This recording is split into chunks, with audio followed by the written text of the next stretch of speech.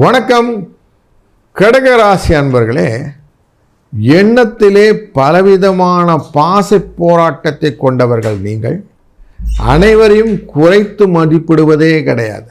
எல்லாரையும் ஒருங்கி அணைத்து கொள்ள வேண்டும் என்ற எண்ணம் கொண்ட உங்களுக்கு இந்த நவம்பர் மாதத்திலே 2ஆம் அதிபதியான சூரிய பகவான் துளாராசிக்குள்ளே உட்கார்ந்துருந்து என்ன முதல்ல செய்கிறாருன்னா, நவம்பர் 15 தேதி வரைக்கும் அவங்க உட்காந்துருப்பார். அப்போ 16 தேதி வரைக்கும் இருக்கக்கூடிய சூழ்நிலையில் உங்களுக்கு வார்த்தைகளிலே நிறைய ஃப்ரிக்ஷன்ஸ் க்ரியேட் பண்ணுவார். சொல்கிற வார்த்தைகள் எல்லாம் கொஞ்சம் லிசன் ப்ராப்பர் அப்படின்னு சொல்லுவாங்க இல்லையா, அந்த மாதிரி கொஞ்சம் கேட்டுக்கிற மாதிரி எண்ணங்களை வைத்து கொண்டிருக்கலாம் நல்லது. நவம்பர் 17ஆம் தேதி கார்த்திகை மாதம் அதுக்குள்ளே போயிடுவார், விருச்சிக ராசிக்குள்ளே போயிடுவார். அன்றைய நாளிலிருந்து கொஞ்சம் உடல் பாதிப்புகள் வருவதற்கு, முக்கியமாக சூட்டு சம்பந்தப்பட்ட உடல் அப்படிங்கிற மாதிரி சொல்லுவோம், மந்தம் அப்படின்னு சொல்லுவோம், இந்த விஷயங்களுக்கான வாய்ப்புகள் நிறைய வரும். சில நண்பர்களுக்கு கேஸ்ட்ரோஎண்டோ ப்ராப்ளம்லாம் வரும். அதனால் கொஞ்சம் எச்சரிக்கையாக இருக்கணும் அப்படிங்கிறதையும் வச்சுக்கோங்க. தந்தை வழியிலே சில சிக்கல்கள், தந்தையின் உடல்நிலையிலே பாதிப்பு, இதுவும் காட்டுகிறது. அதனால் extra care on this attention. உங்கள் ராசியின் 3ஆம் இடமான கன்னிராசிக்குள்ளர் சுக்கிரன் இருப்பார். இந்த சுக்கிரன் பரிவர்த்தனை யோகம் பெற்று இருக்கக்கூடிய நாளான நவம்பர் 3ஆம் தேதி வரைக்கும் உங்களுடைய வாழ்க்கையிலே கொஞ்சம் சௌக்கியமான சூழ்நிலை நடந்து கொண்டிருக்கும். இந்த சுக்கிரன் தன்னுடைய பிரயாணத்தை நவம்பர் 3 தன்னுடைய ராசிக்குள்ளே போய் ஆட்சியில் போய் உட்கார்ந்துருவார். இப்போ நிறைய வெளிவட்டார தொடர்புகள் அப்படிங்கிற விஷயங்கள்லாம் நடக்க ஆரம்பிக்கும்.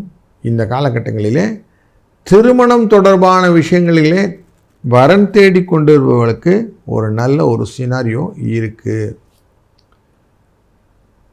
நவம்பர் 12ஆம் தேதி உங்கள் ராசிக்குள்ளே இருக்கக்கூடிய குரு பகவான் வக்ரம் பெற்று மிதுன ராசி திருப்பி பார்க்க ஆரம்பிப்பார். அப்படி அவர் அங்கே செல்லக்கூடிய சூழ்நிலைகளே செலவுகள் மருத்துவ தொடர்பான விஷயத்தை கொண்டு வரும். இதை 2ஆம் இடத்திலே சிம்மராசியிலே உட்கார்ந்துருக்கிற கேதுவும் கன்ஃபார்ம் பண்ணும். அதனால் கொஞ்சம் உடல்நிலை பாதிப்புகள் அப்படிங்கிற விஷயத்தில் கொஞ்சம் எச்சரிக்கையாக இருங்க. உணவில் கொஞ்சம் கட்டுப்பாடோடு இருங்கள். இந்த தர்மத்தின் காரகனான குரு வக்கரம் பெற்று கர்மம் அப்படிங்கிற வேலை தொழில் ரிலேட்டடான சனி பகவான் வக்கரத்தில் இருக்கக்கூடிய சூழ்நிலை பார்க்கிறார். அவர் 9ஆம் இடத்தில் இருக்கிறார். அதனால் ஆன்மீகம், சில விஷயங்கள், கோவில் ரிலேட்டட் மேட்டர்ஸ்லாம் கொஞ்சம் இன்வால்மெண்ட் ஜாஸ்தி ஆகும். தந்தை வழி சொத்து, தந்தை வழி தொழில்கள் இதெல்லாம் பண்ணணும், அப்படி பண்ணினா உங்களுக்கு லாபம் வரும், இப்படிங்கிற எண்ணங்கள்லாம் கிடைக்கும். கல்வியிலே இருந்த மந்த நிலைமை விலகும். நீங்கள் வித்தியாசமான சிந்தனைகளை கேரி பண்ணி கொண்டு வந்து எக்ஸிக்யூட் பண்ணக்கூடிய சூழ்நிலைகள் உண்டு. அத்தியாவசிய தேவைகளை நிறைவேற்றி கொள்ளக்கூடிய காலகட்டங்கள் இந்த நவம்பர் 12க்கு அப்புறம் நடக்கும். சில அன்பர்களுக்கு தன்னுடைய பிறந்த சொந்த ஊரெலாம் இருக்கு இல்லையா, அதை பற்றின சிந்தனை, நம்ம பேசாமல் அங்கே ஒரு வீடு வாங்கிடலாமா, இல்லை அங்கே ஒரு நிலம் வாங்கலாமா, அங்கே போய் செட்டில் ஆகலாமா அப்படிங்கிற எண்ணங்கள் எல்லாம் அதிகரிக்கும். அப்படிங்கிற சூழ்நிலையும் இந்த நவம்பர் 12க்கு அப்புறம் கிடைக்கும். இந்த நவம்பர் 12க்கு அப்புறம் இந்த சனி பகவான் வக்கரகதியிலே இருந்து அவர் ராகுவை பார்த்துட்ருப்பார், உங்களோட ராசியின் அஷ்டமத்துக்காரர். அதனால் கொஞ்சம் பயத்தோடு பார்த்துட்ருப்பீங்க. நவம்பர் 29ஆம் தேதி அந்த பயம் போயிடும். தனியாக சனி ரிவர்ஸில் திரும்புறத நார்மல் கதியாக போயிடுவார். அப்போ நார்மல் கதியில் பார்க்கும்போது வேலையிலே நீங்கள் என்ன முடிவு எடுக்கணுமோ அந்த முடிவை எடுக்கலாம் அப்படிங்கிற சிந்தனை வர ஆரம்பிச்சிடும். இது அவுட்லையராக கிளியராக தெரியக்கூடிய விஷயங்கள். இதெல்லாம் கேபிட்டலைஸ் பண்ணிக்கணுமே எப்படியெல்லாம் அப்படின்னா, கடன் குறைவதற்கு சங்கடகர சதுர்த்தி நவம்பர் 6ஆம் தேதி அன்னைக்கு, 8ஆம் தேதி அன்னைக்கு சங்கடகர சதுர்த்தியும் போது விநாயகரை வழிபடுவது. நவம்பர் 5ஆம் தேதி அன்று அன்னாபிஷேகம்னு பௌர்ணமி அன்னைக்கு அன்றைய நாளில் சாதத்தால் ஃபுல்லாக அந்த லிங்கமாக பண்ணி வச்சுருப்பாங்க சிவலிங்கத்தை இல்லையா, அவரை வணங்குவதனாலே உங்களுடைய இந்த சாப்பாட்டு விஷயத்தில் சொன்னேன் இல்லையா, உங்களுக்கு கொஞ்சம் கேர்ஃபுல்லாக இருக்கணும்னு, அதுக்கான விஷயங்கள் எல்லாம் இங்கே சரி பண்ணிக்கலாம்.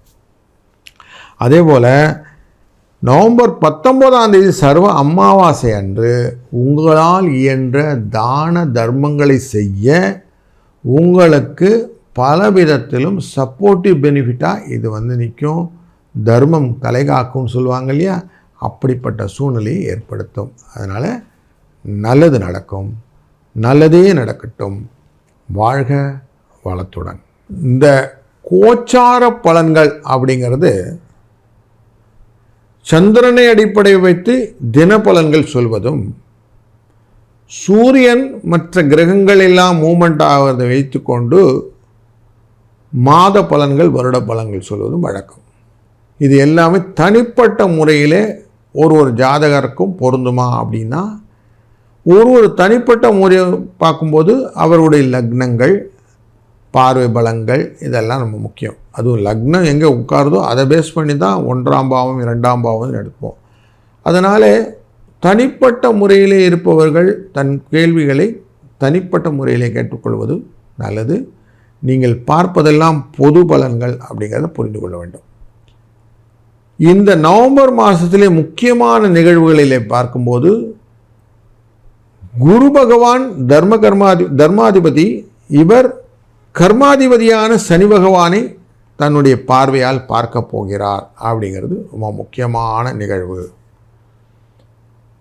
அப்போ தர்மத்தின் வாழ்வுதனை சூதுகவும் அப்படின்னு ஒரு வார்த்தை உண்டு இல்லையா, அப்படிப்பட்ட ஒரு ஃபோர்ஸ் இருக்கக்கூடிய சூழ்நிலையை இந்த நவம்பர் கொடுக்கும். அப்போ நிறைய விஷயங்களில் புதிய மாற்றங்களை எதிர்நோக்கலாம். ஒன்றுக்கு ஒன்று டகபாராக நிற்கும். நிறைய நேச்சுரல் கலாமிட்டிஸ்ன்னு சொல்லக்கூடியதெல்லாம் இந்த குரு சனி இவர்களுடைய தொடர்புகள் ஏற்படுத்தும். கூடுதலாக பார்க்கும்போது எந்த இடத்துல நமக்கு 2 பக்கமே கடல் அப்படிங்கிற தண்ணி இருக்குது, கடகத்திலையும் நீர் மீனத்திலையும் நீர், இந்த 2 தண்ணி அப்படிங்கிற இடத்துல இந்த கிரகங்களின் பார்வை இருப்பதனாலே கூட்டமாக கடல் பக்கமோ இல்லை தண்ணி பக்கமோ இருப்பவங்களும் கொஞ்சம் எச்சரிக்கையாக இருக்கணுங்கிற நோட்டேஷனும் இதில் வச்சுக்கணும். அதனால் கொஞ்சம் இந்த மாதத்தில் கொஞ்சம் எச்சரிக்கையாகவும் அனுபவபூர்வமாக சில விஷயங்களையும் பார்த்து செயல்படுவது நல்லதுங்கிறத இந்த நவம்பர் எடுத்துக்கொள்வதனால ஒரு ராசிக்கும் இந்த எச்சரிக்கை எப்படி இருக்குன்னு நம்ம தொடர்ந்து பார்த்தீங்கன்னா தெரியும், தெளிவாகும். வாழ்க வளத்துடன்.